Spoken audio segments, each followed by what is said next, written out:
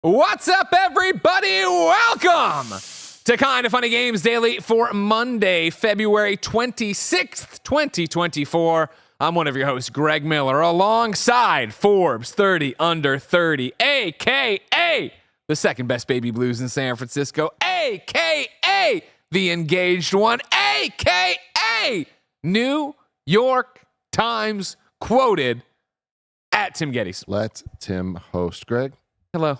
it's a pleasure to be here. It's a pleasure to be here with you, Timothy. How are you? How was your weekend? My weekend was good. It was a Pokemon Go big event yesterday. The yes. Sinnoh tour. Cinnabuns were in effect. Big old, so many Cinnabuns, Greg. So me and Goldfarb were out in these streets walking and walking and walking. I think we clocked 15 miles. God damn. Yeah, and it was a sunny day yesterday. Yeah, it was. I'm surprised you're not burned. I am burned. But not like Tim burned. Yeah, exactly. I had to reapply many times, and it's very awkward to reapply sunscreen in the ferry building bathroom because it's a high traffic area. Yeah. But you got to do what you got to do. You know what I mean? And I caught all the Cinnabons. Are you not spraying? You doing like the real? You think a spray can stop this? No.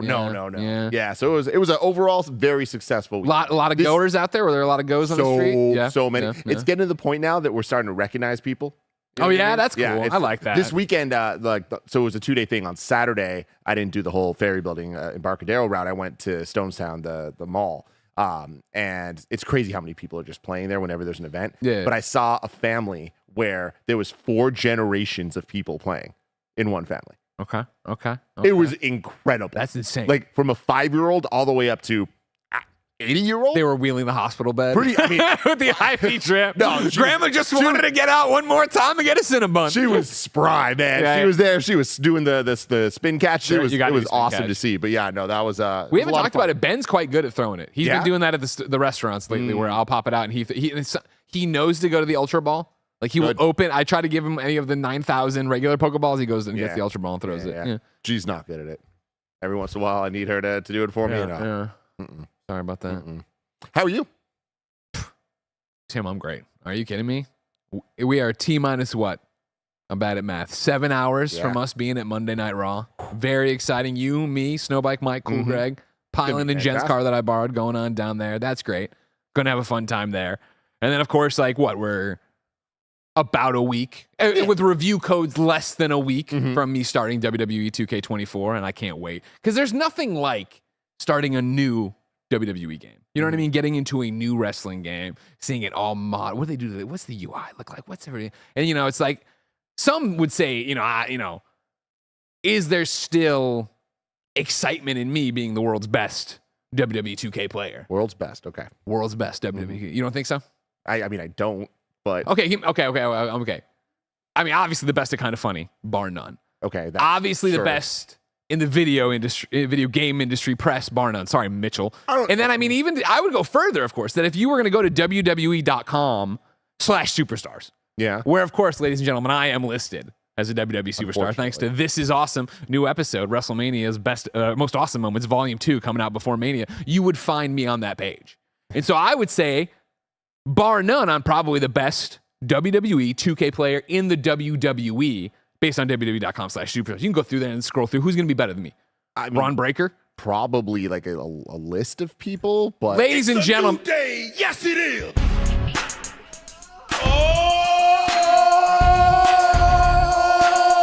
What? You said what? The best? The best? The best? What?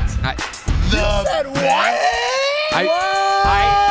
I said that in WWE 2K24, I am arguably, probably the best player on WWE.com/superstars. Gregory. Yeah. You are not even almost the best. You're quite possibly the worst. Okay. If there's a full totem pole, you're most likely underneath it with the maggots and roly-polies. You on the bottom. The fungus, because you are a fun guy. Oh, you're a fun guy. You're a fun guy. You're a fun guy. You're a fun guy. Thank you. That's right. The best you definitely are not. Well, You ain't the best. I mean, I agree to disagree. I wish there was a way. Hold on, camera. Get a good look. Well, sadly, we are still a week removed from the game coming out, so there's no way to prove it. There's no way for. Unlike you, we actually worked there, like for real. Yeah, for real. And that means that we brought the game with us. That's right. You have WWE 2K24 in this building. Yeah, we got it. Come on. Well, again, see, like I have multiple hats. I have multiple hats where I'm not just the star of the #1 show on Peacock. This is awesome. I'm also a video game journalist. All right. And so obviously we live and die by embargoes. There's probably, we wouldn't be able to play it and show it because of an embargo. So don't worry about that. Well, that's the great thing. We can go play this game and show that you are not the best. And the embargo lifts on Monday. We done came prepared. And we're putting it on our channel. We're going to put it on Kinda Funny your Games. channel. Kind of bro. funny. So Your everybody, so all of you can see Greg get his cheeks beat. Ooh, wait a minute. Yeah. Wait a minute. Now, You gonna beat your cheeks, bro. now. You gonna beat your cheeks, Greg. He's gonna beat my cheeks. All right, I don't like how that sounds. I don't like them between me, right? I don't like being in the middle of the cheeks. I like how it sounds. I'm in the middle of the cheeks right now. And I don't. Well, I don't know if you, as you can see, I have to host Kinda Funny Games Daily with Tim. So right there, I wish I could do this. You have to get ready for a street fight. I wish we could do it right now. I wish we could. That's hilarious. Because you know, we always got the squad coming in. We got Blessing. Blessing, you trying to host? Yeah. Blessing's gonna host. Let Blessing host. So you don't have to do this. Fine, then I'll do it. I'll prove it. Don't turn your back to Kofi Kingston. I'll prove. I'm more afraid of the doll. I'll prove it. All right. I'll prove it that I'm the best on WWE.com. I'll take you on in any match you want. Any match. Wow. Yeah, Blessing, he said any match. Tim, he said any match. Any match. You know what? I'm thinking a one-on-one. Wow. Sucker. Upstanding. The commish. Austin Creed, Xavier Woods against Greg Miller. Host of This Is Awesome, #1 show on Peacock. Subscribe now. In a special guest referee match. And who would be the special guest referee? Who? Kofi! Oh my God! Who'd have thought? You don't say. I would have worn my stripes and not my checkers had I known that I was going to be a special guest referee. But this is going to have to do. Wow! Any match we want. That's what you said. You said it. That's what you said. That's That's what you said. Contract. You said it, You Greg. signed it verbally. Blessing. Have a great time. That's what you said, You bro. look better doing this than Greg anyway. Thank you. I That's appreciate right. it. I hear that a lot. Wow, look, yeah. That's right. I just want to Look see at all us. this. Go ahead, have a Let's seat. get a shot. Let's get a Let's get a shot. shot. Get a shot and picture of all of us for the family cam. Here we go. Hey, Let's go. look at us. Bye, Greg. Bye, Greg. That's right. You see? We'll We was fight on the him way right to the Halloween now. store. We heard you talking that trash. We're we gonna had to let make them a have stop. fun over there. Cheeks. That's we gonna beat your cheeks. I like beat your cheeks. Yeah, it's a catchphrase. I like that. Let's make It's that a good. thing. It's real good. Bless, how are you? I'm doing good. I mean, my morning just changed. So I was, I was at my desk having a good time, and then I got called over by Xavier Woods. And so now I'm here. Now I'm hosting Games Daily. You'll love to see it, man. So Tim, let's host Games Daily. Enough about all that. Let's talk about today's stories, which include Switch 2 likely hitting March next year, supermassive layoffs, and more, because this is Kinda Funny Games Daily. Each and every weekday, we run you through the nerdy news you need to know about live on YouTube, Twitch, and on podcast services around the globe. If you love what we do, support us with the Kinda Funny membership on Patreon or YouTube to get all of our shows ad-free, watch us record them live, and get a daily exclusive show. And then for a chance to be a part of the show, submit your thoughts and opinions as YouTube Super Chats as we go. Housekeeping for you, in case you missed it, new episode of Game Showdown is up right now, where we debut a new game where the crew has to draw characters based on their name. That is up over on youtube.com/kindafunnygames. Absolute blast of an episode. Such a great So time. much fun. I'll go as far as to say I think this is my favorite episode yet. Yeah. Game Showdown with each episode continues to hone what it is, and continues, I think, just to get better and better. I totally agree. And also, it's now on podcast services. And Yeah. thanks to all your support, it's the #1 video game No way. podcast in the world, baby. No way. Oh, yeah. Greg sent me the picture last night. Oh, that's awesome. Thank Let's you all go for that. Thank you all for your support. Incredible. And then speaking of video game podcasts, the new Kinda Funny Gamescast went up this morning, and is Tim and Imran interviewing the director of Final Fantasy VII Rebirth. Hamaguchi Really cool. himself. Honestly, I haven't been this nervous for a piece of content in many, many years. Bless. I was stressing hardcore Yeah. about getting this interview done. So much so that I didn't even think, once it was over last week, like once it was, we recorded it, it was done. I was like, "Whew, I did it. It's over. I felt so good. It was a weight has been lifted.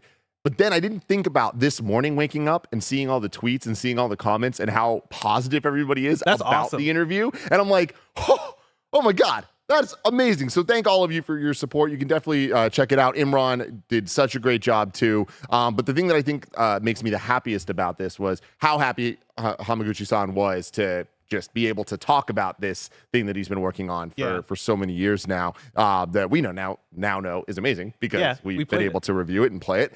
But I want to give a shout out to the interpreter here who did such a good job translating our questions that were asked the way I asked questions into Japanese about all of these different games in a way that everybody understood. And she was just on it, man. It was like very, very impressive. And I love seeing all the comments like shout her out, because it was like there was a lot of people that were like, I speak English and Japanese. I've never seen an interpreter translate this well. That's and incredible. I'm like, that's kind of cool. So anyways, shout out to all of that. Awesome. YouTube.com/kindafunnygames to check that out. And on the Gamescast No spoilers, podcast feed. by the way. No spoilers in that. Thank you to our Patreon producers, Carl Jacobs, Streaking Ain't Easy, and Delaney Twining. Today we're brought to you by Avatar, Braving the Elements, and Game Showdown. But we'll tell you about that later. For now, let's begin with what is, and forever will be, the Roper Report. It's time for some news. We have 5 stories today. A baker's dozen. Avatar, Braving the Elements. Which Avatar? It's oh man. It's the good one. It's our Avatar. It's our Avatar. Okay, Bless. because Not the blue people I Avatar. wanted to use that as a segue actually to talk about what I did this weekend. Yeah, I go went for to it. an Avatar orchestra, an Avatar The Last Airbender, I guess, symphony, and it's the second symphony I've ever been to after the Sonic the Hedgehog I love one. you We went so to much. earlier in the. Was that this month or was that last month? That was last month. Holy cow, time flies. Yeah. But let me tell you, such a magical time. Yeah. Like My friend Danny was there. and I saw Jan from Giant Bomb post a picture there too, and I was like, shit. you were there. It I was. wasn't there. What up? I wasn't there. It made Yeah, me why really- weren't you there? I don't know. I never got an invite, bless. The wrong Avatar. I mixed it up. I thought you were a blue person Avatar. Oh, that's my bad, Barry. That's my bad. No, but it was like it was an incredible thing. You know, it's the funny thing of like going into it. Even as I was sitting in the crowd before the show started, I looked over at friends. I was like, yeah, I don't really recall that much of the music from Avatar, right? Like it was one of those things where, you know, the theme song for sure, and then like aside from that, like I'm here for the moments or whatever. And the way that halfway through that concert, I was like, oh, like the music is banging. It's inside me, and I just didn't know. Yeah, like it's always been there, and like Great. There's a song I think it's called like In the Stars, or it's like Through the Stars. It's like I think it's like one of the ones where they're flying and like the moon is big and behind them, whatever. But it's like one of those songs that I've heard on TikTok and I've heard in other places that I didn't realize was from Avatar. That's fun. And then like once I put two together, I was like, oh, this is magical. Like this right here, like people were tearing up. It was fucking. Hey, I love that you guys are doing more of these orchestra stuff, man. Like it's cool. Oh yeah. And somebody in Support chat the mentions the Agni Kai song is great. Agni Kai song was hype in that orchestra. Let me tell you, because they also have the screen and the clips playing as they're playing the music. And yeah, Did they do the Dragon Dance song, which is essentially just the end credit song? The oh yeah, God, dude. I just Dark Knight I've been Rises. rewatching Avatar and actually just finished it last night. And getting to that episode and them use like you hear that end song at the end of every episode, and then when they contextualize it into the show, it's so fucking hype. Jonathan Santos in chat says Secret Tunnel. Secret Tunnel was the encore. Yes. And when I tell you the way that they brought it all together, like they turned it into like this big orchestral thing, and they kind of used it as like the final montage of all of like the great Did moments they of have Avatar. someone singing live? Yeah. Fuck yeah. Yeah, and like the audience was singing along to Secret Tunnel too. So like everybody just singing together. Like the like they had the lights on the audience to like kind of signal like, oh, we're a part of this too. And they're showing a montage of all the characters and like their big moments and all this stuff. And it was so fucking amazing. Tim, to give you context, Secret Tunnel is an episode where they run into a nomad who's just like kind of like a stoner dude who's just like making up songs, and the song that he had kind of made up and like half forgot about like just became like this huge meme in the Avatar community. That's great. I I will say- love that. Lean in. Only thing about Secret Tunnel is that it was stuck in my head for the rest of the day. Oh yeah. Especially when you have like a whole audience singing along to it, and for like a full 3 minutes, you come out of that theater and there's nothing else in your mind except for Secret Tunnel. But it was such a good time. Hell yeah, man. Speaking of good times, will it be a good time when the Switch 2 releases? In Well. March 2025, this is story number 1. Nintendo Switch 2 reportedly has been delayed to March 2025. This is Wesley Yinpool at IGN. Nintendo Switch 2 won't launch until March 2025 at the earliest, according to a new report. Japanese publication Nikkei reported the March 2025 release window with much of the same information leaked so far, that Nintendo's next console is a Switch successor with similar hybrid functionality but a bigger screen.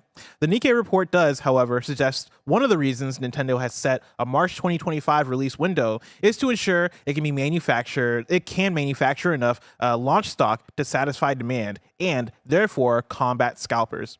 When the Switch launched in March 2017, it was almost impossible to get a hold of, sparking a vibrant scalping market. It stands to reason Nintendo would want to avoid repeating the situation. Indeed, Nikkei reports March 2025 is the earliest possible date Nintendo's next generation console will launch, suggesting it may not make Nintendo's next fiscal year. Given the pressure Nintendo is under to release the successor to the near 7-year-old Switch, a post-March 2025 launch would come as a huge surprise. We're stuck at that March month. Looking like March, and it adds up, right? All the reports that we're hearing have been in the last couple of weeks specifically really honing in on that March date. There's enough reasons now from enough different sources that you're like, yeah, it's probably that. And look, can't be upset about it. I think that that sounds right. All the things we have been talking about in terms of big games, I do think still stand, and that's very exciting. Whatever the Switch 2's launch is going to be, I think it's going to absolutely bang. Like I think that we can expect it to be very high quality with a probable game of the year contender alongside it, at least one. Yeah. Right. And that's exciting. It does then create a space this year, though, that I'm very concerned about the rest of this year in terms of. Well, we got Princess Peach Showtime next month.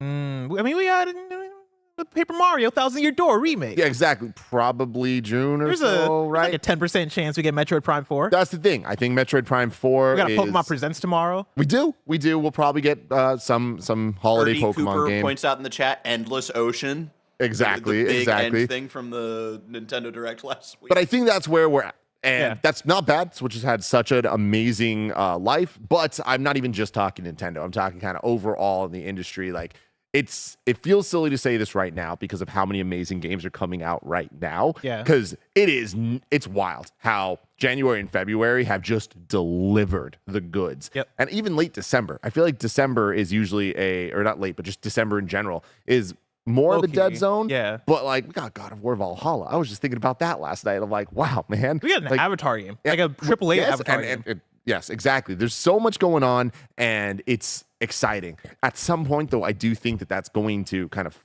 fall off a cliff. And whatever, we need a reset point, sure, but I think it's going to be a lot drier than people expect. I think, yes. Like, I agree with you in that. With the exception of, like, I think if we get to the fall and somehow like a miracle happens and it is Metroid Prime in a new Pokemon game, I think for Nintendo it's like, oh, dude, that's a great fall right there. Insane, yeah. Personally, I'm like, I think there's a chance. I don't think it's a sure chance that we said Metroid Prime. I think for sure we see a Pokemon, but the question is, what kind of Pokemon is it? Because and I think me and you might be split on this. I don't expect like a new Pokemon generation this fall. Oh, no. Okay, Not. yeah. No. So I would expect like some kind of throwback or remake, and then it gets to the question of what kind of remake, because now we're in a place where there's multiple different ways Nintendo could do it. It could be Legends, it could be Let's Go, it could be what we got with Brilliant Diamond, Shining Pearl in terms of like a cute kind of thing. Yeah. So, I mean, you were talking about this. I wasn't on the speculation episode last week. Yeah. And by the way, we will be live reacting to the Pokemon Presents at 6 a.m. Pacific time tomorrow morning to see whatever they do end up announcing. The timing of where we're at is a little bit weird because there's a lot of things they could do. Generation 10 is the next one. Yeah. And their 30-year anniversary is coming up in 2 years. And the new Switch hardware is coming out. I don't think we're getting Gen 10 this year. You get what I'm saying? Yeah. There's enough stuff where it's like they're going to want to celebrate in a major way, getting everything lined up there. And I'm pretty sure that's what's going to happen. But that does mean that there is a lot of room for them to re-release things, new remakes, new whatever it is that like you were talking about. I've said this every single time there's a Pokemon Presents, but I feel it in my bones. Tomorrow is going to be the day we get Game Boy games on Nintendo Switch. Okay. And maybe not all of them, but maybe all of them, bless. And where I'm When you at say right Game now, Boy, are you including Game Boy Advance in there? Oh man, we're getting crazy now. What I feel, and I could totally be wrong about this, but what I feel we're going to get tomorrow is Game Boy games, the Game Boy Advance games, and I think it'll be part of Nintendo Switch Online expansion pass. Because everyone's like, Pokemon companies going to want to make the money. They're gonna want extra stuff. They're not. Why would they just release these things? They could be making money. Look at what Nintendo's been doing with Nintendo Switch Online. Like they have a place that gives that more premium level where money is involved, a financial transaction is involved. So I think that's how they're going to handle Bless, imagine this. Yeah. Imagine Pokemon Fire Red, that beautiful GBA art style on a fucking OLED screen. I mean, bro. no, I'm there. Ooh. I'm there for it. Ooh. Like, I think that's fire. I think my only thing is, wouldn't you just spread those out? Like, wouldn't you do, like, especially if you wanted to, if you're going, hey, this is the final year, if you wanted to go big as Pokemon, right? Yeah. This is the, I know, well, they wouldn't say this, right? But like with the idea of it, all right, final year of the Switch, hey, we want to make this year like a big year for Pokemon, and we want to like, and also on the financial side, like, you know, get the worth out of this thing. What if it is each month we are putting out a new, different Pokemon game? I'm with that though. I'm not saying they're all coming out. Oh, okay, but okay, I think that I think they're all going to be announced tomorrow. That, but yeah, okay, that I'm I with buy. you in a potential like rollout plan like or every couple whatever. months, like here's Gen 1, here's Gen 2, here's Gen 3. With it though, I think that there's going to be similar to what they did when they released the games on the 3DS. There's going to be a way to transfer the Pokemon to Pokemon Home, to Scarlet and Violet, and going forward. So that to me is think the value. that is expansion pass content right Yes. there. That for a second I was like, well, then correct me, right? GBA and Game Boy are core Nintendo Switch Online. You don't need expansion pass for those already? Because I know there are some consoles that you do need. Isn't GBA and Nintendo 64 the extra one? Because there's also Sega I'll look it Genesis up. on there. Genesis, I think, is an expansion. Yeah, I think Genesis and people are saying GBA is expansion Yeah, pass. that's what I thought. Okay, so those are already there. If you're gonna go into Pokemon Blue and Pokemon Gold and stuff and go, hey, we're giving you these games, but also, yeah, like there's Pokemon Home functionality stuff there, then I think you do go, also that gives us a chance to just put this on the expansion pass to get the money out of it. Yeah, so I imagine we're going to get that. I know that this is hopeful, but it's also, how silly is it that this is hopeful? Like, this should just happen. So when you say that Game Boy is going to be backwards and bad, well, not bad, it's going to be on Nintendo Switch Online, that should come with the given that you're getting Pokemon. Exactly. And Pokemon is the Game Boy. And we got it on the 3DS Virtual Console, which to me says we're going to get it here. If we didn't there, I'd be like, I don't know. Yeah. Pokemon's weird. But no, I'm like, they've done this before. They're going to do it again. So Barrett has up here the expansion pass, or what's on the expansion pass. Can you scroll up one more? Yeah, so on regular Switch Online, you got NES, you got, I can't, my eyes suck. You get those. Expansion pass, you have N64, GBA, Sega Genesis, and then the DLC for other big games. Yeah. And so then I think that we'll probably get this, but there's also a chance we don't. Like, there's been other years that I'm like, for sure we're going to get it. Not for sure, but it's likely we're going to get it, and then we don't. But I do think at some point we're going to get these games on the Switch, and we're running out of time. So Yeah. I think this is the year. In terms of new games, they do have, I think we're going to get updates tomorrow for like Pokemon Unite and Pokemon, maybe Pokemon Go. We don't know much about we don't know anything really about the next season that starts in a couple weeks or next week. Is Unite, is that the MOBA? Yeah. Okay. So we'll get all that What about stuff. that Pokemon Cafe game with the cool art We'll style? probably get an update there. Like we'll get all of those little things. But I do think we get an announcement for a big game on Switch this year. Yeah. Big's relative. Yeah. But yeah, I think the Let's Go dream, quote unquote, is over. Like I don't see them going back to that style because those games just didn't sell nearly as well as the rest of the Pokemon games. How they do compare to Brilliant Diamond Shining Pearl? Barrett, if you could look I know it that's up. a hard thing to compare. But I mean, no, it shouldn't be. Like I feel like that should be the 1-to-1. I think Brilliant Diamond outpaced it. Okay. And we're talking Kanto. like- We're talking Gen 1. We're talking the most. Because if you're telling me nostalgic like would I want a Let's Go or a Brilliant Diamond Shining Pearl type thing, I'm like, give me Let's Go all day every day. I mean, I'm with you for sure, Yeah. but and I think most people would think that too. But Let's Go was not well received by It was the general casual. public? It was like an even more casual version Yeah. than the original. or to where are we at here? So Let's Go Pikachu and Eevee is what we're comparing, right? Yeah. So that was at 15.07 million according to this graph, which I don't know when this was last updated. And then Brilliant Diamond Shining Pearl was 14.65. And that's So- with less time on the market for Way, Brilliant way, Diamond. way less time. Yeah. So okay, whatever. They're similar. Anyways, I feel like the Let's Go push, like that being with that was around when they were really trying to get Go back, You know, I don't see them doing that again. So I'd love it. I would love personally a Let's Go Johto. I want that more than ever right now with how into Pokemon Go I am and how Johto is my favorite. So that'd be awesome. I just don't see him doing it. Then there's Black and White remakes, which are inevitable. They're going to come at some point. And unfortunately, if they come, they're going to be in the Brilliant Diamond Shining Pearl style. And I don't want that. Tim. I don't want that. Don't say it. Brilliant Diamond, Shining Pearl. Were those, because I know for in the Kinda Funny review, right? Like that was the one where like in the thumbnail it was like boring question mark. I think it might not even had a question mark. It might have just been like boring. Is that because of the generation? Nope.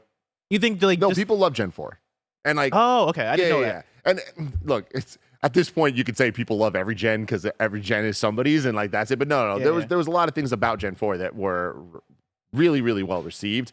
Some pacing issues, but overall people did like it. It was these games were not well received. Nobody like this was not a win for any of the different major audiences that Pokemon has. Like it was kind of unanimously understood like, nah, this ain't it. You know, especially when a lot of the other remakes were. Like you look at Heart Gold and Soul Silver. You know what I mean? Even Omega Ruby and Alpha Sapphire, like there was some things people didn't love about that, but overall they were well received. So then there's Legends. I think the most shocking thing tomorrow would be if we get a Legends, but that would be really cool and exciting. It's just, I think it's the least likely to be announced. But then what's likely? Like, I feel like we're like, you know, checking off all these things of like, oh, this is not going to happen. This is not going to, then, you know, what is the Pokemon thing? Because I think we're all in agreement that it feels like there's going to be a Pokemon thing this year. Yeah. At least it feels like there should be. I mean, is it possible there's just not? I don't think there is, but I would love that. Oh yeah, if we don't get any Pokemon this year because there's not anything like major so far coming out, unless Metroid Prime happens. But yeah, I mean, kind of there's the opportunity for spin-offs, right? Yeah. Like, that doesn't count. Pokken like, 2. They want a core Pokemon game. I think we're gonna get one. I think worst case scenario, like absolute worst case scenario for me would be Pokemon and Scarlet and Violet Ultimate Cut, whatever, coming out later this year. Because if you're gonna do that, just wait for the Switch 2. Yeah. You know what I mean? The goal for that should be the game's run. Yeah. You know? Yeah. But yeah, I don't know. We'll see, but I feel like all the rumors and leaks have pointed to it's either Unova or Johto, which is Gen 2 or Gen 5. Maybe a mix of the two in some way. I'm not so sure. So we're moving ourselves from the Pokemon of it, right? Because like we're talking about what the rest of this fall looks like or what the rest of this year looks like. And I think, in my opinion, if I'm Nintendo and I am, you know, full steam ahead on Switch 2, and it just happens that, all right, our original plans were 2024, but it's looking like we need to get this thing out in 2025 to make sure it's the launch we want it to be. If I'm Nintendo, I'm going, cool, charge it. Like, that's it. You know, like it's not like we can maybe do like a Zelda remaster, because those have been the things that we've talked about forever, of like the Wind Waker and Twilight Princess and stuff. I think we get those this year for sure. Yeah, I think do those and then be like, all right, cool, that's it for the year. We've had worse years. Like we've had like I know 2020 was a good year because of Animal Crossing, but that year, if outside of Animal Crossing, if you weren't an Animal Crossing person, that year kind of sucked. Like not even kind of, that year sucked, right? It was Paper Mario, Origami King, and that was about it. For this year, you got Princess Peach, you got Paper Mario, you'll have Zelda remasters you imagined. Like, if Metroid Prime 4 is there, then it's a banger. Yeah, right? if it's not there, then it's like, all right, cool, whatever. We have to Switch 2 around the corner anyway. Now that we are pretty locked in, March 2025 for Switch 2. Bless, what's your prediction for Metroid Prime this year? Percentage? Yeah. This is a tough one because I have it as my counter pick on my Fantasy Critic. So I want to be like, oh yeah, there's no chance it's coming this year. But I think there is a chance. I'm going to say 30%. I feel like 30%, it's been a while that this thing has been in development. I think, like, there's the argument of, well, just hold it for Switch 2 at this point. But I think because it was already announced so long ago for Switch, Nintendo is pretty good about honoring those kind of things. And, like, I'm sure in the way that it's been developed, right? They've probably been developing it with Switch 1 in mind. So I think it comes out. And if it's going to come out, you might as well just put it out this year. So I think there's a chance there. But I also think games are ready when they're ready. And is Metroid Prime 4 really actually ready? I think I'm the flip of you, where I think it's 70%. Okay. Yeah, and it's mainly for a lot of what you're saying there. But I just think with where we're at in the life cycle, with March being so far away, that would give them the most time to just let's go all in on Metroid. And I feel like that gives Metroid the best chance possible to actually succeed. Here is a system that has a lived-in life cycle of so many people having the system. Give them one last big hurrah to jump into with a franchise that has proven it can work on the system with Metroid Dread, and let's wow them for that one last like big thing. In the same way that we saw Breath of the Wild kind of transform what Zelda was at launch, I feel like this could be a major opportunity for Metroid just because timing worked out for it. Yeah. And Metroid, like, just famously isn't a system seller, so it's like, it was one of those weird things when we were thinking that the Switch 2 was coming out this year. It's like, well, what do they do with Metroid, you know? It doesn't have the same, like, selling power as, like, I mean, technically Zelda didn't have that at the time with Breath of the Wild, but, like, I don't personally see that. I think Metroid Prime 4 having that kind of same kind of moment, maybe, like, quality-wise and, like, the people who are into video games and stuff, but... Yeah. I think this gets us into the conversation of what is the actual Switch 2 launch year going to look like, right? Because I think there you have the balance of, let's say Metroid Prime 4 is coming out like a cross-gen thing for Switch 2. I think as Nintendo, you want to have you want to feed the entire audience, right? And I think you want to have your casual games, you want to have the games that are going to speak to everybody, right? Something like a Mario Kart 9 or whatever the next Mario Kart is, something like a new big Mario game. But then I think you want a hardcore title there too. And I think Metroid, even though we look at Metroid as like, oh, that's not a system seller. Oh, I think that's a similar way in which we talked about Zelda. Obviously, Zelda's always been bigger than Metroid, but I think Metroid could be the balance in that of, hey, we have a Mario here, but we also have a Metroid for you fucking gamers. Like that's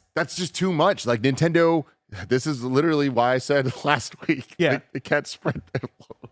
Oh, you're right. Like no, it's like you can't put Mario and Metroid out in the same day. Like that's like we need it to have separation. We need them to have moments. I'm talking about launch year. Okay, like, cool. Then yeah. Oh, absolutely. And something I've been thinking about a lot in the last couple of weeks is we've been talking about this because this news story just keeps evolving.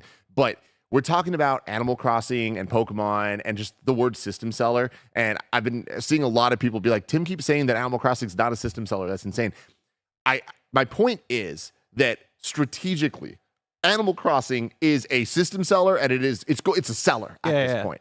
But you don't put that out as a launch title. You don't put Pokemon out as a launch title. These are games that are surefire hits with people. You put them out when you have as many people that already have the thing as possible, and then you get all the people that have it, and you sell systems. Yeah. It is a system seller phase 2, phase 3, whatever that is. I think that Switch launch, it needs Mario. Mario is the answer. It's a 3D Mario that serves the hardcore and the softcore, baby. Yeah. It's everything in between. And then you get to build from that. I think Mario Kart can also work there. But then that's a beautiful year. Metroid's not that answer at all, you know? I want to bring in quite a few things here. One, I want to go over to Twitter because Daniel Ahmad, the homie, over on Twitter, aka at ChugeX. At ChugeX, right? Daniel works for Nikkei, which is the company that is giving us this report, and he has his own speculation that I think is very interesting. He tweeted out, Nintendo generates around 80% of its game software revenue from first-party games. You can flip that for Sony or Microsoft. While there are, of course, multiple factors behind the success of a new console, first-party software is a major one for Nintendo, and the year one release slate needs to be compelling. Breath of the Wild being a highly anticipated title paid off for Switch. There are more units of Zelda sold for Switch than actual sales of Switch hardware during the launch period. He then follows that up in saying, anyway, my conspiracy theory for 2025 being the release year, other than the logical reasons of giving devs more time to finish games, plus building up hardware stockpile, is that they want time with a Nintendo IP game. They want to time it with a Nintendo IP game release that also has a movie/TV show tie-in, which I think is an interesting wrinkle, right? Talking about how we're talking about 2024 Nintendo, who has now seen success on the big screen. Obviously, Nintendo, they're still Nintendo, right? Like I don't think Nintendo's the kind of company to go, oh, let's move and shift the Switch for movies, right? Like, I don't think that's the way Nintendo thinks. But I think they are the type of company to go, hey, let's line up things perfectly. Like, where are we at in terms of our positioning with the strength of the Mario IP, the strength of Zelda's working on a movie, on a TV show, movie. Zelda's working on a live action movie right now. Yeah, with Sony Pictures. It's still a weird thing. How do we position ourselves up for success with all things considered, right? And if this kind of goes back to the last time we had this conversation around is there an Ocarina remake? Yeah. Is that a thing that can be slated around that time? Like, say a Zelda movie comes in 2026. Yeah. Can you have an Ocarina of Time remake end of 2025? Oh, yeah. To end out that year. I'm telling y'all, it's happening. Ocarina remake 2026. 2026 is my prediction. Okay. Yeah. I when it comes to the TV and movies and all that stuff, I don't think it's quite as literal as we might be making it out to be. Like, I don't think it's like, oh, the movie's coming, so the game's going to be coming around. I just think we're in this era now of just like, and this sounds silly to say, but I stand by it. Like, there's going to be a Zelda movie. There's going to be a Zelda game. There would have been a Zelda game otherwise, but now there's definitely going to be a Zelda game. And I feel like the type of Zelda game might be different. Like, the level of importance that they put on it. And that's why I think an Ocarina of Time remake, it's time. Well, I think that's the thing that's great about the way Nintendo operates, because, you know, like, and online, right? Like, over the years, you'll see people talk about like, oh, Nintendo only makes the same games, and Nintendo like keeps doing the same thing, yada yada. And like, really, they don't. They just use the same IP, and that they get so much success out of that because of the recognizability, because of the connection people build. Like, you know, I love Mario, so I'm gonna get Mario Kart, I'm gonna get Mario Party, all that stuff. You're right in terms of there's going to be a Zelda game. I don't even think it's like a for sure, like now there is for sure going to be a Zelda. I think it's more so even like no matter what, every year you're going to get a Mario. Like whether it's 2D Mario, whether it's 3D Mario, whether it's Mario Party, whether it's a Mario sports game, there's going to be at least a Mario, if not multiple Marios, right? This year we're getting Paper Mario, Thousand Year Door, and Princess Peach. Yeah, like, I don't count those as Mario though. Yeah, but like Mario IP being active. Like you're talking about like core major Mario, right? Yes, when you're talking, and like same with Zelda. Yeah, I think even there, right? Like core major Mario, that's going to happen at least every 2 years, if not more than that, right? Like you're going to get that consistently. I think Zelda. I mean, I don't know that that's true. I mean, if you go back, I'm in that. I'm counting 2D. I'm counting 3D. I'm counting the 3D 2D. I mean, even if you do that, like they're not that frequent. I feel like they are. They're not. In the last 7 years of the Switch, in terms of like big Mario games, I think we've gotten Odyssey. We've gotten 3D World. Yeah. 3D World plus Bowser's Fury. We've gotten the 2D. We gotten like the new Super Mario Brothers like remasters or whatever that came out. Yeah. Okay. So I'm counting those. Okay. I guess the Switch generation is the one exception, but that is because of the amount of just straight up ports. Because like when you just look at the new games and being even generous here, it's Wonder, Odyssey, and Bowser's Fury. That's it. Mm-hmm. That's not that much, man. For I guess I am pulling in like but and I'm also like I feel like Mario Kart counts in that conversation. No, too. it doesn't. Oh, for it's sure. Mario Kart. But Mario Kart sells more than like mainline Mario. But yeah, that's its own franchise. But but I also think that like it counts the same in terms of like what a movie does.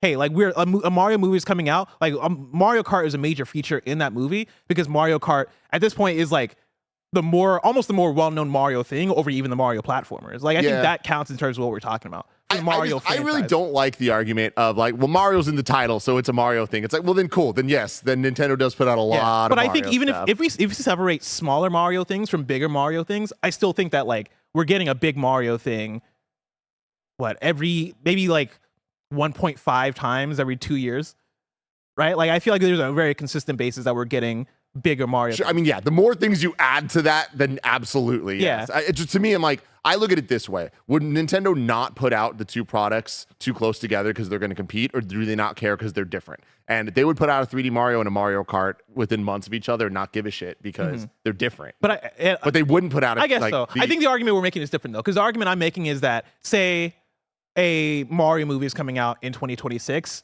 and like Nintendo's thinking, how do we capitalize on this? Like, capitalize on this off of like a game that we're putting out. I think you get the same benefit from putting out a Mario Kart than you do like a 3D or 2D Mario, just based off of the success of like what that does for your synergy of your franchise. Sure. And so I think on top of that, like I think Zelda, you can make the same thing of like I look at Link's Awakening remake as an example of, hey, even if it's not like a Zelda Tears of the Kingdom Breath of the Wild like level thing, even if you have like a Link's Awakening coming out the same year as the Zelda movie, like you're still going to see that benefit of people showing up and buying it. See, I don't think so. Like that's where I think we disagree on this, where I think that like in order to see the synergy of the movie stuff, because that to me is just like, that was just what's going to happen. They happen to be putting out a movie and like, will they get a bump? Sure. But that's just because like marketing and name recognition. I think that there's going to be a shift in them. Like, it's not just going to be Link's Awakening. It's going to be Ocarina of Time. It's going to be, let's give the people what they want. Let's blow this out and give them a big thing, because they now are treating Zelda like a big thing because they can, because Breath of the Wild success, and you got to imagine the movie success. And then it's like, all right, cool. Instead of smaller titles, even like something like Link's Awakening, which I freaking love. Yeah. It's not the same though. Yeah. I guess Zelda and Mario, two different. Cause like, I feel like Mario has so many major, like Paper Mario and Thousand Year Door, I'm looking at as like a major Mario release. I understand. No, Yeah. No. It's a big Mario RPG that people fucking love. Now, it's not going to sell as much as Exactly. like 2D and 3D, but like 2D and 3D don't sell as much as Mario Kart. Like Mario's just such a varied franchise in terms of like how many big things you have in it. That's why. But I don't think see it Paper as a Mario Thousand Year franchise. Door is gonna like sell a lot of copies on Switch too, right? Like I'm looking Yeah. at Paper Mario Thousand Year Door. Wait, actually, how much does a 2D Mario sell? 2D Mario? Yeah, like what? Hella. 15 million? More. More than 15 million? Yeah. Like what? 20 million? Upwards of 30 million. No well, way. Yes. Okay, well if that's the case, I'm for I guess for Paper Mario Thousand Year Door, I'm gonna predict like 8 million, And that is and that's big. amazing. Yeah. Absolutely. But like for Nintendo, I don't know about that. But like, Gotcha. Bear, you have are these franchise sales or are these like in? Individual game sales. Okay, so what we're looking at? Where's New Super Mario Bros? So New Super Mario Bros. 3. Okay, 30 million. Mario Odyssey 27 million. Okay, fair enough. yeah. Fair enough. Mario Odyssey though, 27 million, man. Again, like Super Mario Party 20 million. Super Mario Party is a major Mario release right there. yeah. 20 million. Unfortunately. Yeah. I don't know. It's all the same, man. It's not. It has Mario in the Like, title. People are gonna ugh. buy it. People are gonna watch the movie, go, oh man, I want to have a party with my friends. Let's get Mario Party in there. I want to have a party with the Super Chats. Of course, you can write in to the Kinda Funny Super Chats. I was gonna say a link. I guess what? Click the Super Chat button on YouTube and then give us your Super Chats. A lot of y'all are writing in. Let's start off with. Oh man, there's a lot of good ones in here. Optimus Prime says, Tim, if you haven't, I need you to look up Pokemon Unbound for GBA on Steam Deck or other devices that you can play GBA games. I don't know what Pokemon Unbound is, but it sounds really cool. I'm pretty sure it's like the big open world game done in the style of Fire Red. And it's pretty cool. It's like a fan thing, but it's really sick. Tyler Butcher says, Tim and Bless, what if the new Switch was called the Super Nintendo Switch? The marketing is right there, the SNS. Any other names other than Switch 2? I stand by this. I think the Wii U killed any chance of like Getting cute. getting cute. Yeah, I think we're gonna get the most clear name possible. It'll either have a different name than Switch or it'll be the Switch 2. I'm leaning towards Switch 2. It's Switch 2, baby. Yeah. Super Switch is cute, and I love it. Super Nintendo is, looking back at Nintendo consoles, my favorites are either the Super Nintendo or the Switch. And as time goes on, it's the Switch. There's not even a question. So yeah, Super Switch, I'd love that. But no, it's the Switch too. DJ Kento says, what does a remake of Ocarina of Time look like to you? Same game but pretty, or a totally new game with the same story? Also, have you read the manga? There's a manga? Yeah, I'm pretty sure it came with Nintendo Power back in the day. I have not read that. I don't know, but I think they have to go all out. I think it needs to be like a Final Fantasy VII type thing of like not changing the story, not all whatever, just in terms of production value and in terms of them treating it like this matters as much as anything we've ever done, levels of stuff. And I think they can. I don't think they need to do too much. Ocarina of Time is a great. Yeah, it's game, fucking so- a solid video game. Ocarina. Yeah. I'm of two minds, because part of me likes the Breath of the Wild, Tears of the Kingdom style game more than traditional 3D Zelda. Like, I think it's just a better way to design puzzles, give people a lot more freedom, let people like create their own solutions if they can. Like, I think there's something so cool about that, and it'd be really cool to see Ocarina of Time reimagined as a Breath of the Wild style game. That said, I don't think, at least for a very long time, we're gonna see a new Zelda take the classic 3D Zelda. It's wild to call 3D Zelda classic, but yeah, classic 3D Zelda style of, you know, dungeons yeah. and like puzzles and all that stuff. So I think because of that, if you do a Ocarina of Time remake and yeah, make it Ocarina of Time but prettier, but keep that same Ocarina of Time, you know, layout, style, dungeon design, all that stuff, make it a bit more stricter in how you're solving the puzzles and stuff. I think that lets you have a third route, right? Or like, I guess another route in terms of how you make Zelda. And like, I think you get to have your cake and eat it too, right? And like make the next big new Zelda Breath of the Wild style, but then if you want to go back to classic 3D Zelda, just remake older games, like remake Wind Waker or whatever it is. Yeah. Voice acting. It'll be in it. Is Link gonna talk? I don't think so. But I mean, honestly, if he was going to, like, that's where you would do it. In Ocarina? Yeah. In a remake.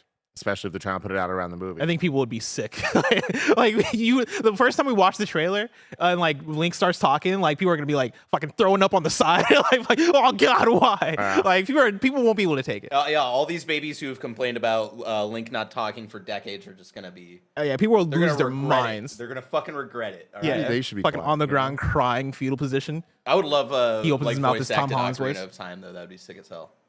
I'm with you. I think it'd be cool to have it voice acted. I think Link should still be. Yeah, he'll Silent. still Link doesn't need. I'm just like Breath of the Wild, and Yeah. Yeah, Kingdom. like it's like major characters and major scenes are voice acted by like stuff, but then when you go into Kakariko and talk to like one of the dudes building stuff and running around, he still just goes like, "Oh," like kind of that shit. So. yeah. Let's move on to story number 2. But before we do, I want to tell you about the Kinda Funny membership that you can get on patreon.com/kindafunny or youtube.com/kindafunnygames. The Kinda Funny membership allows you to get shows ad-free. And speaking of ads, let us tell you about our sponsors. This episode's brought to you by Avatar Braving the Elements. We know you love talking about all things TV, film, and pop culture with us, so there's another podcast that we think you're going to enjoy. It's called Avatar Braving the Elements, and it's Nickelodeon's official companion podcast to Avatar: The Last Airbender. Y'all already know Barrett loves Avatar. He thinks it's one of the best coming-of-age heroes' journeys out there that perfectly blends enticing action, great comedy, and social commentary that's all backed by great art style and an iconic soundtrack. Each week, host Janet Varney, the voice of Korra, and Dante Bosco, the voice of Zuko, rewatch every episode of The Last Airbender. They're joined by special guests like the cast, superfans, and even the creators of Avatar, Michael DiMartino and Brian Konietzko, for a deep dive and behind-the-scenes look into the Avatar-verse you can't get anywhere else. Whether you're a longtime bender or new to the series, jump into the epic world of Avatar with Avatar Braving the Elements. Listen to Avatar Braving the Elements on Apple Podcasts or wherever you get your podcasts. Y'all need to check out Kinda Funny Game Showdown, our weekly video game trivia game show. You can watch live on YouTube or on Twitch every Friday at 11 a.m. Pacific time. But now, thanks to popular demand, Kinda Funny Game Showdown is available on podcast services. Whether you're listening on Apple Podcasts, Spotify, iHeartRadio, or anywhere else, please subscribe and rate the show 5 stars. It really helps us get Kinda Funny out there, and we couldn't thank you enough. We aim to make this a video-only show, so many of the games will be best enjoyed watching on YouTube. But despite that, enough of you guys asked for audio versions, so we're making that happen anyways. Of course, that also means if you have the Kinda Funny membership on Patreon, you will now also get the audio version of the show ad-free. No matter how you're watching or listening to Kinda Funny Game Showdown, thank you. And if you haven't checked it out yet, there is no better time than now. We're already many episodes into the show, so you can catch up now on YouTube or the brand new podcast version of the show. If you love what we do, please get the Kinda Funny membership on Patreon or on YouTube to get the show ad-free. If you just want to support us for free, please subscribe and rate Kinda Funny Game Showdown on your favorite podcast service now. And we're back with story number 2. But before we get there, Tim, one, I want to talk to you about I really like hosting the show with you. I feel like we get into like good conversation. Oh, yeah. We have good debates sometimes. We have good back and forth. One of the ones we had recently was if GTA 6 and the Switch 2 come out at the exact same time, like which one gets more mind share? Yeah. After sleeping on it and thinking about it, Yeah. I've come around.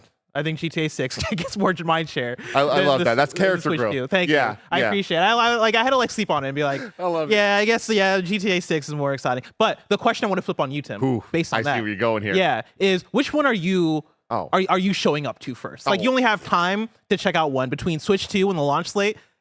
I don't even put in like your choice of a new Mario or a new Zelda. Let's say Yeah. Zelda Ocarina Remake is on there. Your choice between that or GTA 6. Which one are you picking up first week?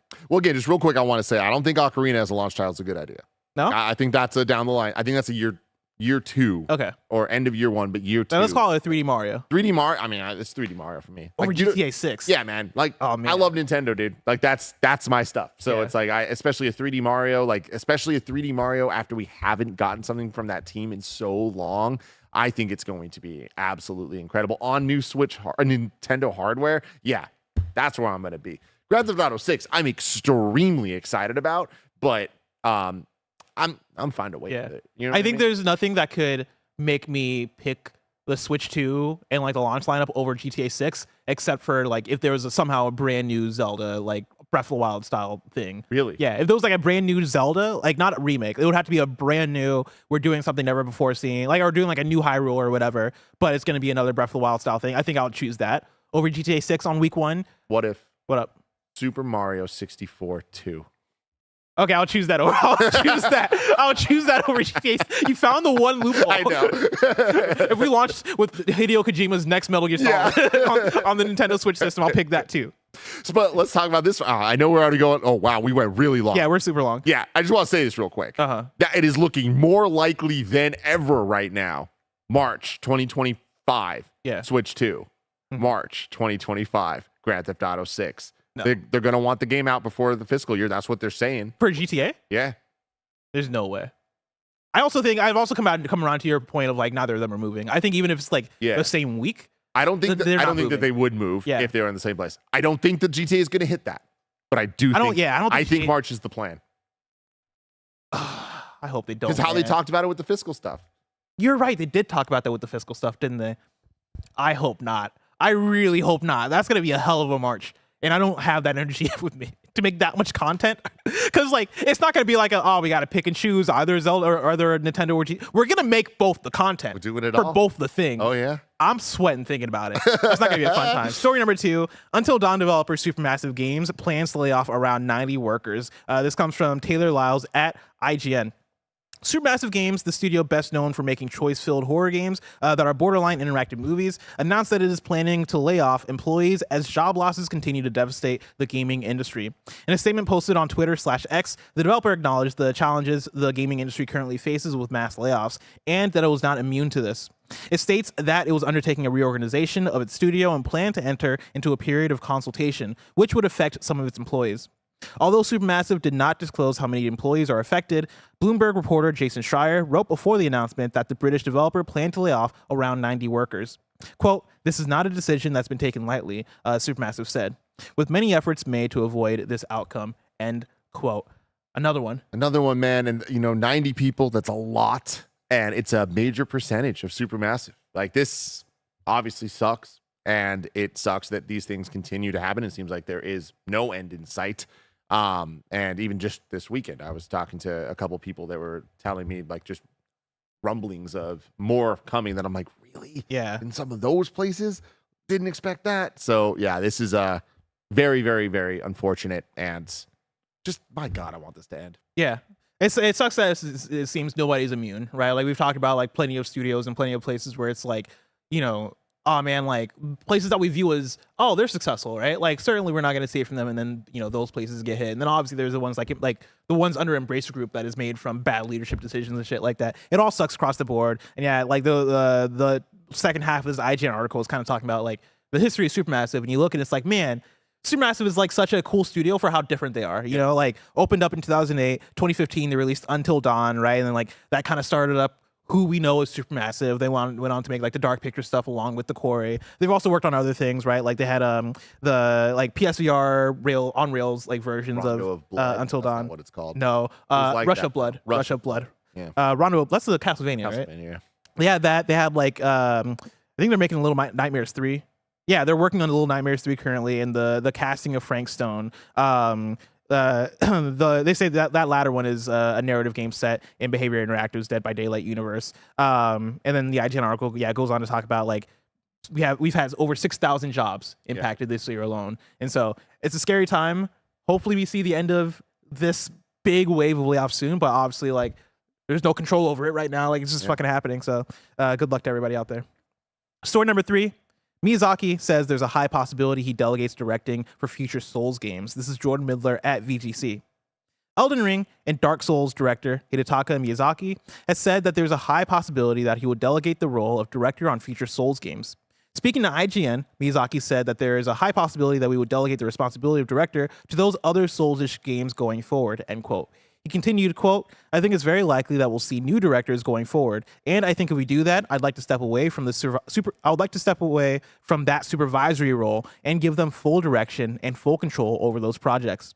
I think really this is the best way and the easiest way for them to flourish within that environment and with those new projects," end quote.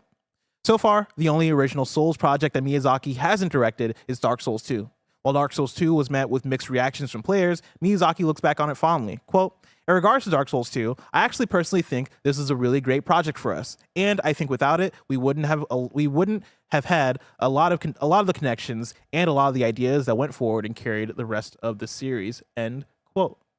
Very interesting. Obviously, at some point, this has to happen. You can only do so much, and I do think that the first reaction would be like, "Oh, this sucks," because what makes these things special to so many people? Clearly, when you look at the reception to a lot of these games, Dark Souls 2 is the one that people are like, I don't know about that one. So that even more so crafts the narrative of Miyazaki is the most important factor to what makes these games special. But then you look at how many of these have happened now, how many people have worked on like the games and how big the teams have been. I feel like this is good news overall, right? Yeah. It's interesting because this weekend I watched the Hideo Kojima documentary on it's supposed to be on Disney Plus, but it wasn't there. I had to watch it on Hulu. I don't know what's going on with that, but watch it on Hulu. Did you check it out? No, not yet. So it's an hour long, and it's fun. It's not what I expected, but I should have expected exactly what this is, where it's just an hour of Kojima praise, which I'm here for. You know what I mean? Yeah. But it was interesting, like that being backed up with the conversations we've been having. It's a new day. Yes, it is. What is? Oh man. I mean, I guess they beat Greg. Is that Catch up. is the Greg match over? How'd it go? Oh, it went. It went. The real winners were the people in the audience. There you go. Crowd. They're Man, the The you people. love to see it. Cheers, Shout out to cheers. the crowd. So we're not going to say what happened, but what we are going to say is that his jacket's looking pretty nice. Oh, thank you. Yeah, you this is got my on, this is bro? my Tekken 8 jacket. Tekken 8. That's Jack over interesting. here. The new hotness right now. So you've been playing? Oh, have I been playing Tekken? Really? I am highly ranked in Tekken currently. Highly ranked. I am 10 Ryu rank in Tekken right now. Oh wow! Oh yeah. That's cute. That's cute. So when you get done here, we're gonna need you in there for some Tekken. That's right. Yeah. Oh, I don't know if you want that smoke. I don't know if you want that. Where there's smoke, there's Wow. fire. Whoa! And you about to get burnt. All right, see me out there. Oh man, yeah, see me out there. Yeah, put that jacket on the line. Give me 3 minutes. I'll wrap up the show. I'll be 3 right minutes. there. There you go. Put that jacket on the line. Yeah. Listen, we got more stories here, but I'm down for some Tekken. Greg, how want you that feeling? jacket. I'm feeling all right. Greg all looks right? distraught. You all I right? think Greg had not a great time. How are those cheeks, Greg? Yeah. All right, cool. We'll check that out Monday. Ah. Tim, let's get this wrapped up so I can play some Tekken because I got some things to do. But yeah, I did want to say good on Miyazaki for I think being able to curate what the future looks like in terms of From Software, because I don't want to see. This is one of the things I think Greg talked about. I forget if it was on a show or off a show, but talking about Hideo Kojima and when Kojima is done with all this, is there a next Kojima? Is there somebody that he's fostering up to take that place? I don't know. I don't think so. Based on the documentary, doesn't seem like it. Yeah, and I think that's a bummer, right? I think if you're somebody who is making waves in this industry, if you're somebody that's, if you're somebody that has a voice and also has a lot of power and influence, I think it is on you to go, all right, who's the next person I can bring up to continue my work here? Or be able to foster their own stuff with the lessons that I teach them. And I hope Miyazaki is doing that with people at From Software. And based on being able to give somebody else Dark Souls 2 to direct, there's a trust there that he has with somebody else to work on a franchise that he's been able to foster. And so I think that's a good thing. I think that's actually very exciting. Yeah, absolutely. Story number 4, our final news story before we get to Wii news. Final Fantasy music legend Nobuo Uematsu doesn't think he'll ever compose a whole game again. This is Chris Scullion at Video Games Chronicle. Legendary video game composer Nobuo Uematsu has said he doesn't think he'll be able to compose an entire game soundtrack again. Uematsu is most famous for composing the soundtracks for the first 9 Final Fantasy games and working on numerous subsequent entries. Although Final Fantasy VII Remake and Rebirth contain soundtracks created by different composers, Uematsu still composed the main theme for both games. Now in a new interview with German publication Zeit Online, ahead of a performance of his new orchestral show, Marignan, Heart of Ice, Uematsu said he thinks his days of composing full video game soundtracks are over. Asked if he ever felt that one day nostalgia could take over and convince him to write an entire soundtrack for a game again, as opposed to just a main theme, Uematsu replied that he didn't see it happening. Quote, as far as Final Fantasy is concerned, I'm still involved by writing the main themes for the games, but I don't think I'll ever compose music for a whole game again. And I'll end the quote there. Yeah, man. I mean, I feel like this isn't bad news in any way. Yeah. To look back at the library that this man has produced is It's stunning. It's absolutely beautiful. Like we are coming off such a high of Final Fantasy VII Rebirth, specifically from the perspective of music, and so many of those themes were composed by him, including the new theme for the game, which I absolutely fell in love with over time as well. But it's funny for me, starting with Final Fantasy X as my first Final Fantasy. That was the first Final Fantasy that wasn't completely composed by him, or at least those modern ones. And Hamauzu, I think, was the composer of 10, and I love the soundtrack of 10. But then Nobuo Uematsu did do the two main themes of 10, Tuzanarkind and Suteka Dani, which are beautiful and like just like the most like perfect songs maybe ever written, besides just Get Lucky by Daft Punk. So Of course, and Happy by Pharrell. Don't forget Happy by Pharrell. What a year that was.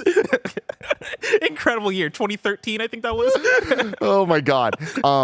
But I think that this works. You know, this makes sense on two fronts. One, the story we just read about Miyazaki, right? And like having a protege, for lack of a better term. I feel like we've now been able to see with Final Fantasy, and at this point, it's not even new news. We are decades into this. But to have Soken, right, for Final Fantasy 14, do the soundtrack to 16, and have it be so good, you know, that I think shows that like, yeah, there's so much talent out there that is being supported. And to have a Distant Worlds, the concert series that Final Fantasy puts on, to have music that used to just be, it's Nobuo Uematsu or bust. Like it has to be that. To over the years see it be like, no, like there's so many other composers in there, and it all sounds like it works. It all makes sense and feels like this is what Final Fantasy should sound like. Other video games as well, obviously. I think this is good news. The day that he officially retires and isn't making themes at all is going to be incredibly sad. I hope that day never comes. I hope so too. Yeah. But this makes me happy because this feels tenable. This feels like it is going to result in a lot of, it's going to feel like very special moments. Each track is going to have that much more weight to it. Yeah. I have this theory, like, usually this applies to rappers, or like rappers never retire. I feel like creatives in general, especially people who make music, I think after like if Nobuo Uematsu doesn't make like a full soundtrack for like 5 years, I think there's gonna come a time where he's like, get me back in the game for one more. Like I think he'll have those moments where he's like, actually, I want to do this like this special project and like, you know, compose everything here. I think we'll get those. But Tim, if that happened, it'd be big news. If I wanted something smaller, say the tiniest news I needed to know about, where would I go? You'd go to our last story, the Wii News channel, where we cover all the small news items that you need to know about. Story number 5. It's time for Wii News. Honkai Impact Third Part 2 officially launches on February 29th. That's a confusing one. Honkai Impact Third Part 2. Tekken 8 hits 2 million sales in its first month. You're gonna Yes. Awesome. You're gonna need a -2 from that, because as soon as I beat fucking Xavier Woods and Kofi Kingston, they're gonna have to uninstall the game, get some refunds. So get ready for that, Bandai Namco. Open world fishing RPG Sea Fantasy launches in 2025 on consoles and PC. I saw like just the title art for this, and I was like, there's some good vibes here. I don't know what the fuck this game is, but it's giving me good vibes just by seeing the key art. And then Square Enix reveals Foam Stars Season 2. Groovy Disco will begin on March 8th from 5 p.m. Pacific Standard Time. And Groovy Disco, I should clarify, is what Season 2 is for Foam Stars. So get ready for more foam flinging action in the new limited time events and our new Foam Star, Coif Guy. Great. That's what we've been waiting for. Coif guy? Coif? I don't know. I've never seen this combination of letters put together this way. That's it for Wii News. Go out there and avenge Tim. Listen, Pokemon super chats for you. Some quick ones. I gotta go play Tekken. Pokemon. This comes from Live to Die. He says Pokemon concierge game. ... Animal Crossing plus Pokemon. Sounds interesting. Cool. Yeah. I don't think we'll get it tomorrow, but that is an interesting product for sure. That'd be a fun thing. I worry about like. Would Nintendo want a Pokemon Animal Crossing and Animal Crossing on the same platform? I feel like that's counterintuitive. But hey, Pokemon Company would probably be like, yeah, let's fucking go. Yeah. And then CJ Splitson says, any hype for No Rest for the Wicked showcase? I don't know what that is. I don't know what that is either. No Rest for the Wicked is the oh shit. Is that when Glinda doesn't sleep? No Sorry, that was a Rest bad joke. for the That was a very bad joke. Game. It's It's a Wicked joke because Glinda's a character in Wicked. Yeah, there's Glinda's not the I Wicked know one. Glinda's not Wicked at all. it's the Ori studio. It's their next game. Oh, that's exciting. Kindafunny.com/you're wrong. That's where you write in and let us know what we got wrong as we got it wrong. So you can correct it for those watching later on YouTube and listening later on podcast services around the globe. Radic writes in with a really good one, actually. Bless, when you quoted Daniel Ahmad, aka ChuKX, you mentioned that he works for Nikkei. In fact, he works for Nikko Partners, not Nikkei Partners, a market research firm. Nikkei is actually a stock market index for the Tokyo Stock Exchange. My apologies to everybody involved. And then Zaxxon Galaxian says the Kojima documentary confusion might come from the fact that Hulu is in Japan, but they do have Disney Plus. Some stuff gets announced for Disney Plus in Japan, while it actually comes to Hulu in America. So there you go. I feel like it was announced for Disney Plus here, but I do too. But whatever. You should check it out though. It's only an hour, and like, there's enough things that made me like, oh, I'm happy I watched this. Oh yeah. Well, I'll do that. You all do that. We'll come back and have a book club about Hideo Kojima. Until then, this has been Kinda Funny Games Daily. Each and every weekday, we run you through the nerdy news you need to know about live on YouTube, Twitch, and on podcast services around the globe. If you love what we do, support us with the Kinda Funny membership on Patreon or YouTube to get all the shows ad-free, watch Score them live, and get a daily exclusive show. Until next time, Game Daily.